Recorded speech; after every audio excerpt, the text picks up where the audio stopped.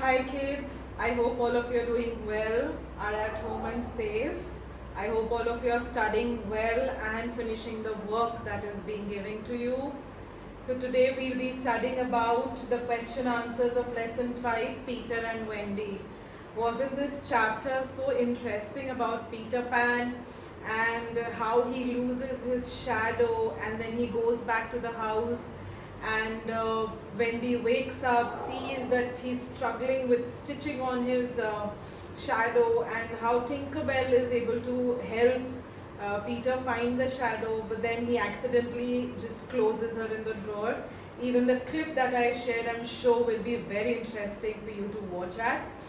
Now let's begin with the question answers, and all this is to be done in your notebook. So first off, we have the difficult words or the dictation words. The first word is mischievous. M-I-S-C-H-I-E-V-O-U-S. Mischievous. Fairies. F-A-I-R-I-E-S. Listened. L-I-S-T-E-N-E-D. Escaped. E-S-C-A-P-E-D. Rummaging. R-U-M-M-A-G-I-N-G. Wardrobe. W-A-R-D-R-O-B-E. Flashing. F-L-A-S-H-I-N-G. Entrance. E-N-T-R-A-N-C-E. Extremely. E-X-T-R-E-M-E-L-Y. Loveliest. L-O-V-E-L-I-E-S-T. Scattering. S-C-A-T-T-E-R-I-N-G. Delight. D-E-L-I-G-H-T. Then it's shudder. S-H-U-D-D-E-R. Ceremonies. C-E-R-E-M-O-N-I-E-S. Comparatively. C-O-M-P-A-R-A-T-I-V-E-L-E. Draggled. G-R-A-G-G-L-E-D. Conceited. C-O-N-C-E-I-T-E-D. Clenched. C-L-E-N-C-H-E-D. Sarcasm. S-A-R-C-A-S-M. Carelessly. C-A-R-E-L-E-S-S-L-Y. So let's just go through the words one more time. I will not be spelling them out now, just the pronunciation. Mischievous, fairies, listened. After listened, we have escaped, rummaging, wardrobe, flashing, entrance, extremely, loveliest, scattering, delight, shudder, ceremonies, comparatively, draggled, conceited, clenched, sarcasm, carelessly. Alright, so these are the 20 difficult words that you have in the chapter. Now I am just giving 20 with the understanding that the rest of the words that are there in the chapters is known to you. You have learned them in class 3, class 4. Now that you're in class 5, I am giving you the words that I think you should learn, but the words I haven't given are also important because I understand that you already know them. Okay? So if you think there are any words difficult that you find, you can write them as well. Alright? Then we come to word meanings. Now word meanings, as I have explained in the previous chapters as well, is only to be marked in the book and learned from the book. There is no need for you to write them down in your notebook. So the first word is nursery. Nursery is basically an area for children where they play. It's a complete area that is devoted towards children. Rummaging, fairy dust, shudder, ceremonies, draggled, clenched, glee, conceited, sarcasm. Right? These are the 10 word meanings that you have to mark in the book and learn from the book itself. No need to write them in your notebook. Let me read it one more time for you. Nursery, rummaging, fairy dust, shudder, ceremonies, draggled, clenched, glee, conceited, sarcasm. Alright, let's move on to the next that are opposites. So just giving you 4 or 5 opposites this time. Mischievous, well behaved, extremely, moderately, far away, nearby, entrance, exit. Alright, let's move on to the next page. Then we have clever, stupid, scatter, collect, funny, serious. So these are the opposites. Let me go back and give you a recap of these, right? So we have how many total? 7 in number of opposites, alright? So what are these opposites? These opposites are mischievous, well behaved, extremely, moderately, far away, nearby, entrance, exit. Then the next one that we have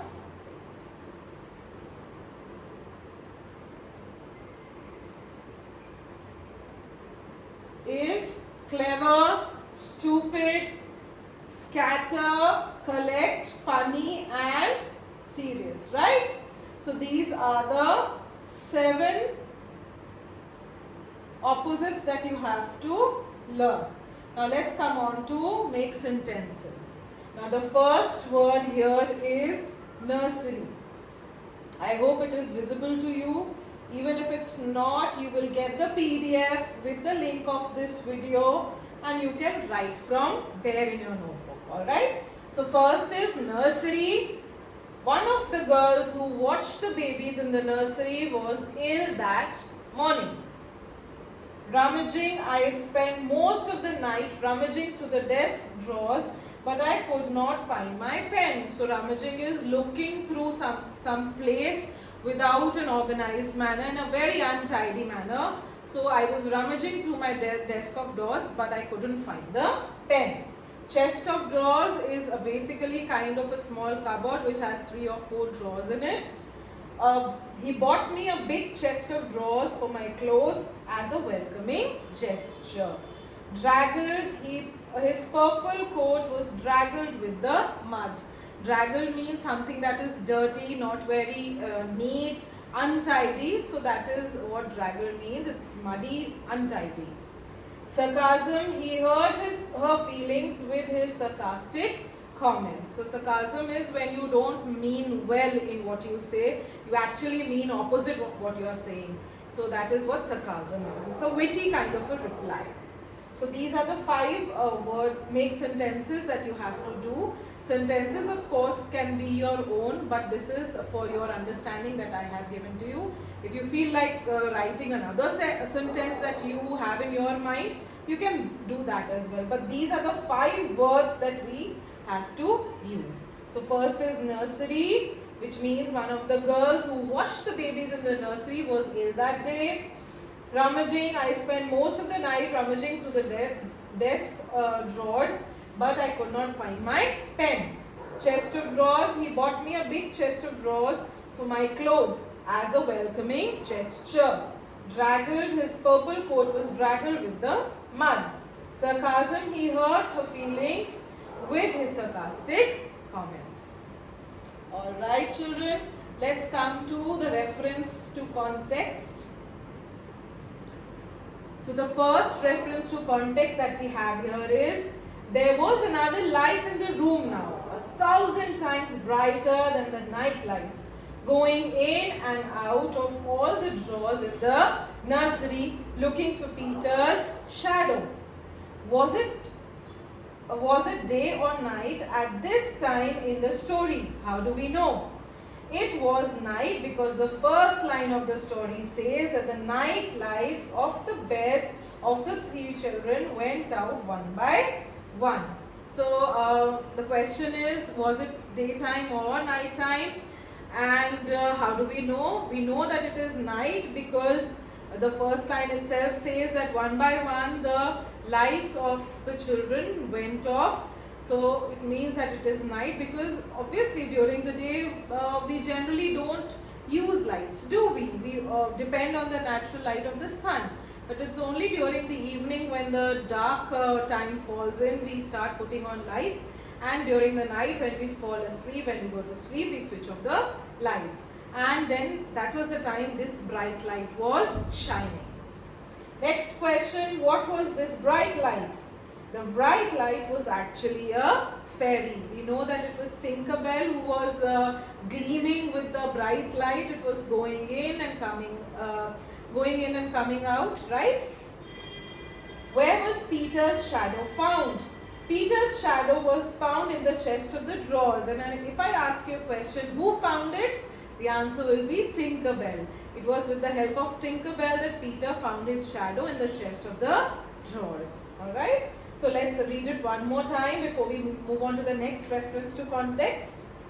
There was another light in the room now 1,000 times brighter than the night lights, going in and out of all the drawers in the nursery looking for Peter's shadow.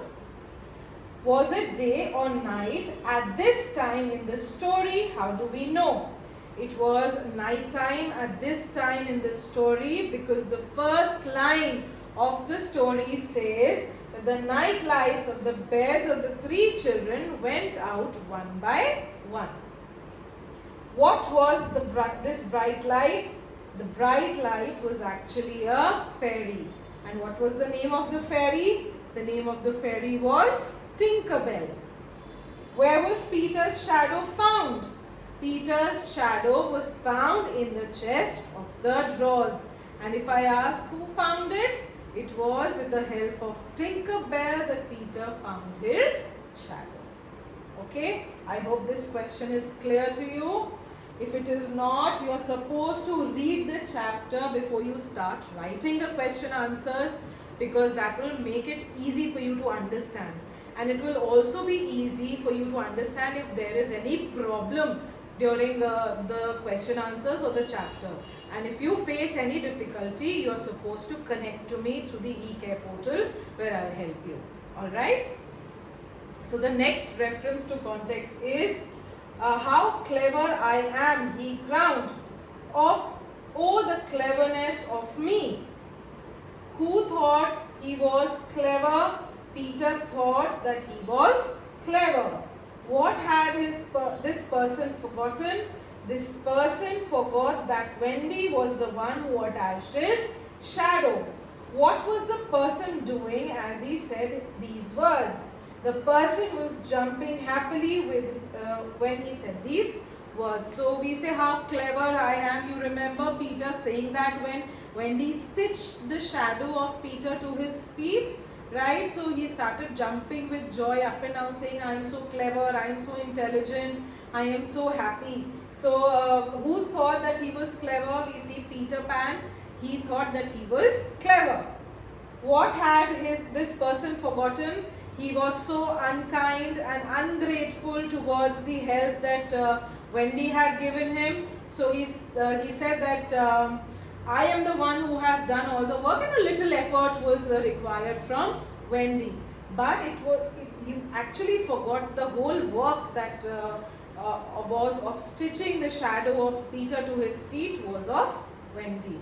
And what was this person doing when he said these words? So this person was jumping. Peter was jumping up and down, saying that I am so clever, oh, I am the cleverest. Alright, I hope this is also clear. Now let's move on to the question and answers from this chapter. So the first question that we have is, give a description of Tinkerbell. Now we have to explain from the starting. The starting of the chapter tells us how Tinkerbell looked, what was her appearance. So we have to describe that. So Tinkerbell, a fairy, seems like a light 1,000 times brighter than the night light, but was only visible when it comes to rest for a second. She is no longer than a hand, but is still growing and wears a leaf gown. she also leaves behind fairy dust wherever she goes. So if you've seen the video clip that I attached to the chapter, I am sure you were able to see how the light went in and out when Tinkerbell flew from one place to another, and the kind of dust tail that she left when she flew. Yes, a fairy dust tail. So we see that Tinkerbell is one of the brightest light in that room because it was dark, there were no lights, and you could see her only when she stopped, when she was not flying from one place to another, and that she was no longer than a hand. If your hand is this is the height of Tinkerbell, and she wore a leaf gown. I hope this answer is clear to you. Let me read it one more time to you so it has a better understanding. Give a description of Tinkerbell. Tinkerbell, a fairy, seems like a light, thousands times brighter than the night light, but was only visible when it comes to rest for a second. She is no longer than a hand, but is still growing and wears a leaf gown. She also leaves behind fairy dust wherever she goes. Alright, now we come to the next question. Why did Wendy cover her face with the blankets at the end of the story? Alright, so what is the answer to this question? Wendy covered her face with the blankets at the end of the story because she was angry on Peter as he simply forgot about her very important role in sticking Peter's shadow with him.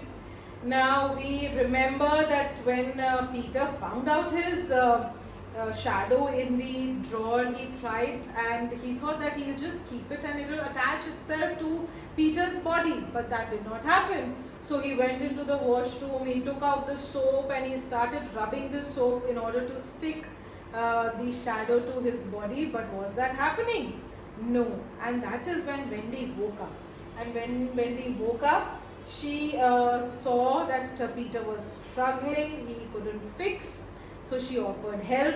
She said that I'll be able to help you and stitch the shadow to your feet, but it is going to itch a little, it is going to hurt you a little. And Peter was like, it's fine, I don't mind getting hurt and I am comfortable with that.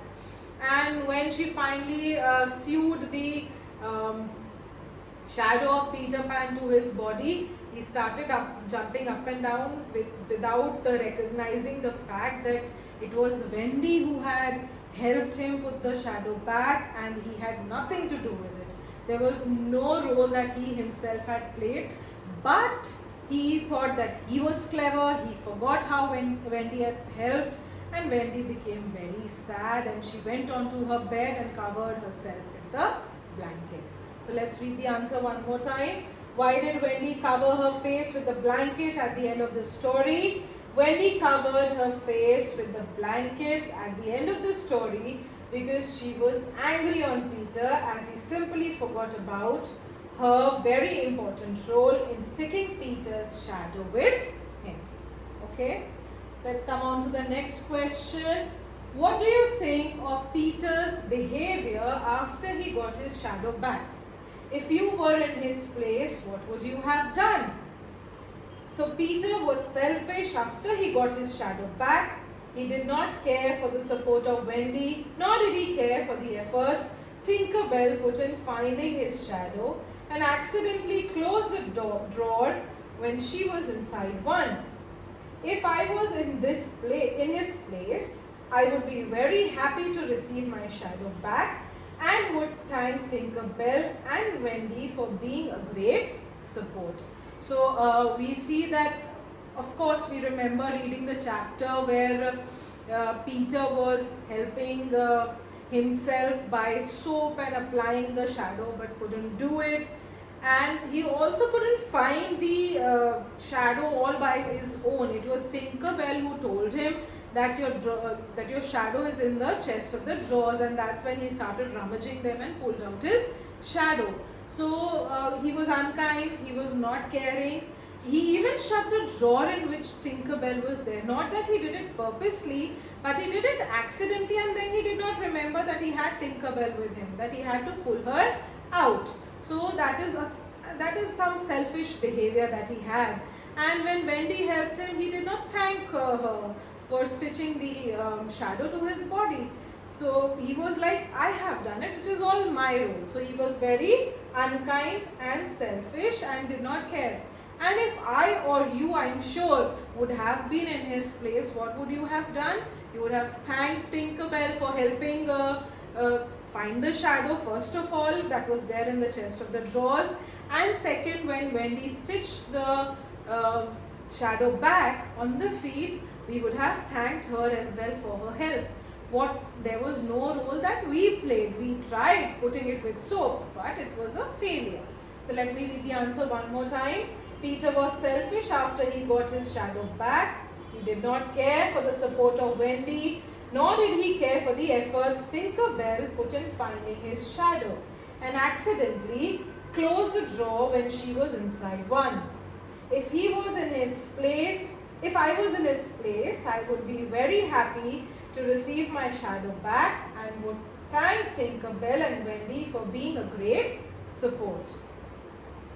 Does this story seem real to you, or does it seem like a fantasy?